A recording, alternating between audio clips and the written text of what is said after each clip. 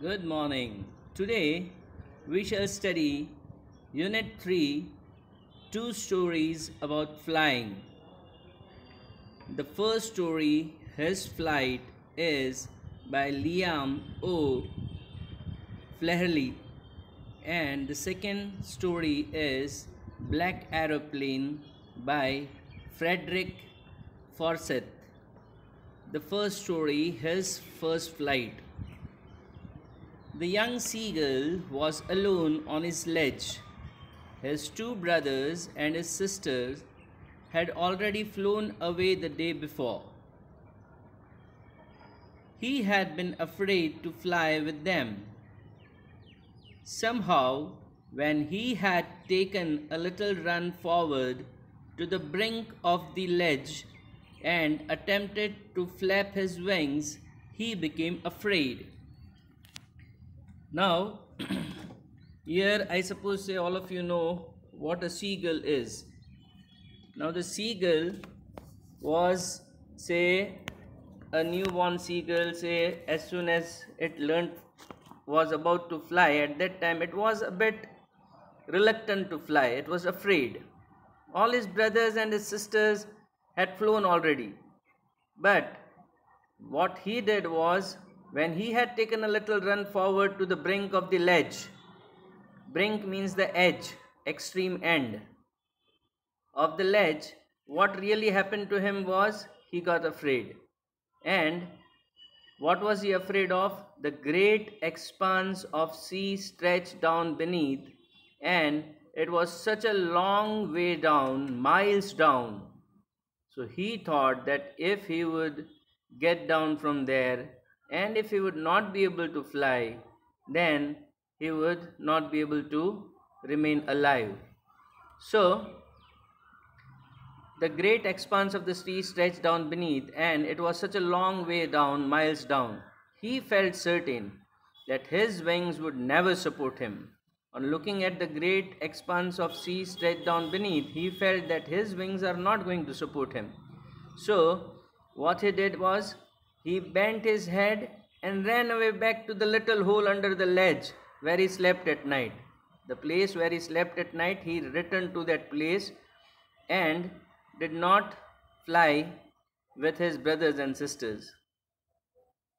Even when each of his brothers and his little sister, whose wings were far shorter than his own, ran to the brink, flapped their wings and flew away. He saw that. He saw that his brothers and sisters, who had, say, wings smaller than him, shorter than him, they also ran to the edge of the ledge and flapped their wings and flew away. But he failed to muster up courage to take that plunge which appeared to him so desperate. Now, say, for him the problem was he could not gather up courage to take that plunge, to just give himself and, say, leave it to fate and believe in his parents that he would be able to fly. That appeared to him very desperate. He thought that it would take his life. So his father had come around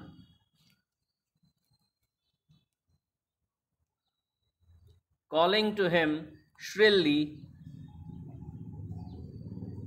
Shrilly means in a very high-pitched tone, say, his father came to him and he told him to fly, threatening to let him starve on his ledge unless he flew away. Unless means if he did not fly away, then what would the parents do? They would not feed him. They would leave him on that ledge to starve. So he would die hungry if his parents did not give him food there. But for the life of him, but he was so scared that he would lose his life, so he could not move. That was 24 hours ago. All these things happened before 24 hours. Since then, nobody had come near him, and the day before, all day long, he had watched his parents flying about with his wings, with his brothers and sisters, perfecting them in the art of flight.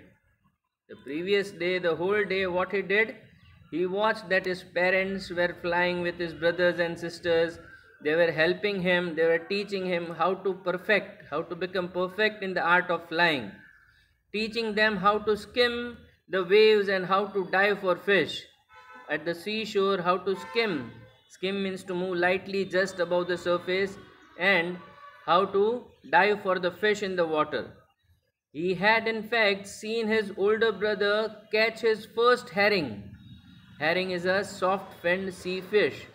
So his elder brother, he also caught one of the fish. He saw that and devour it. Devour it means ate it or swallowed it, standing on the rock. While his parents circled around raising a proud cackle, the parents say expressed their being proud of him. Now,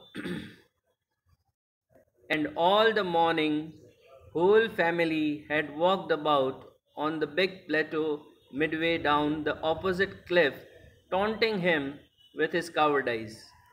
So, what did they do? Say the whole day, his parents, all the morning, whole family had walked about on the big plateau. There was a big plateau midway down, and on the opposite side of the cliff, and they were taunting him. Taunting him for what?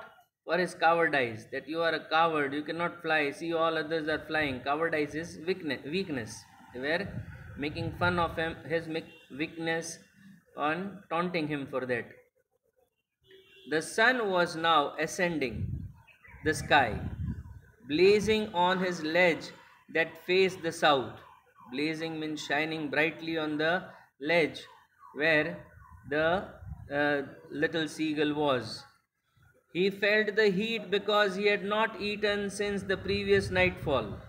He started feeling the heat of the sun because he had become weak. Why had he become weak? Because he had not eaten anything.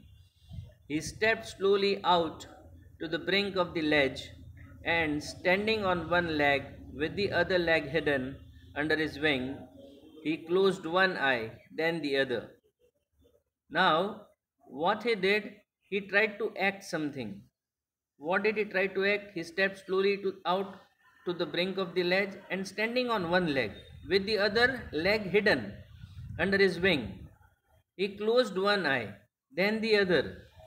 And what was he in fact? And pretended, and he showed to his parents to be falling asleep. He tried to show to his parents he was falling asleep. Still, they took no notice of him. He saw his two brothers and his sister lying on the plateau, dozing with their heads sunk into their necks. So he saw that his brothers were also dozing, were sleeping with taking naps with their heads sunk in their necks. His father was preening the feathers on his white back. Preening means making an effort to maintain feathers with his white back. Only his mother was looking at him. The mothers have a sympathetic heart. She still hoped to do something for this little seagull. She was standing on a little high hump on the plateau, her white breast thrust forward. Now and again, she tore at a piece of fish that lay at her feet, and then scraped each of her beak on the rock.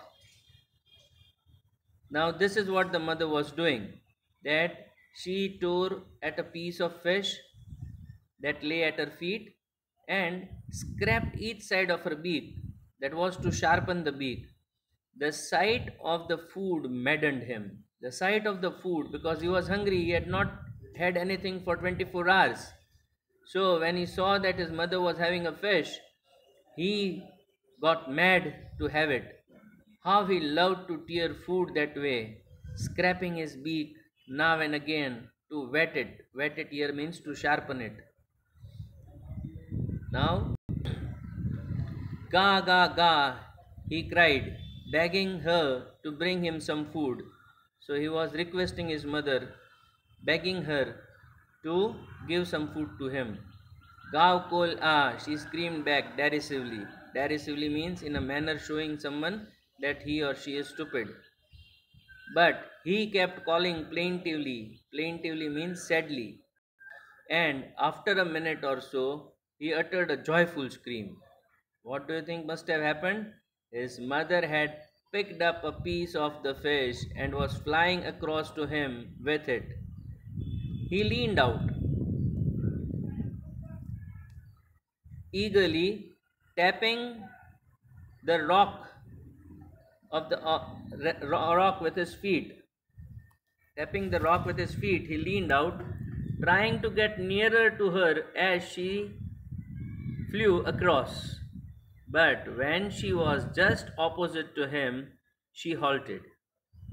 So she came with the fish to the little seagull, and the little seagull was also trying to get closer to its mother, thinking that it would get the fish. But when she was just opposite to him, she halted. She stopped. Her wings became motionless. The piece of fish in her beak, almost within reach of his beak, the piece of fish was very close to the little seagull. He could just have it. It was so close. He waited a moment in surprise, wondering why she did not come nearer. And then, maddened by hunger, he dived at the fish. He didn't want to fly, but for the fish he dived. With a loud scream, he fell outwards and downwards into space. Then a monstrous terror seized him, and as that he was terrified by jumping, he was caught by that, seized him, and his heart stood still. He could hear nothing, but it only lasted a minute. This terror that had seized him, monstrous terror, it lasted only for a minute. The next moment, he felt his wings spread outwards. Gradually, he realized that his wings were spreading outwards. The wind rushed against his breast feathers, then under his stomach, and against his wings. He could feel the tips of his wings cutting through the air. Now he could realize that the tips of the wings were cutting through the air. He was not falling headlong now. He was soaring gradually downwards and up outwards. He was soaring means he was flying gradually, slowly downwards and outward also, outward from the cliff, though he was going downwards. He was no longer afraid. He just felt a bit dizzy.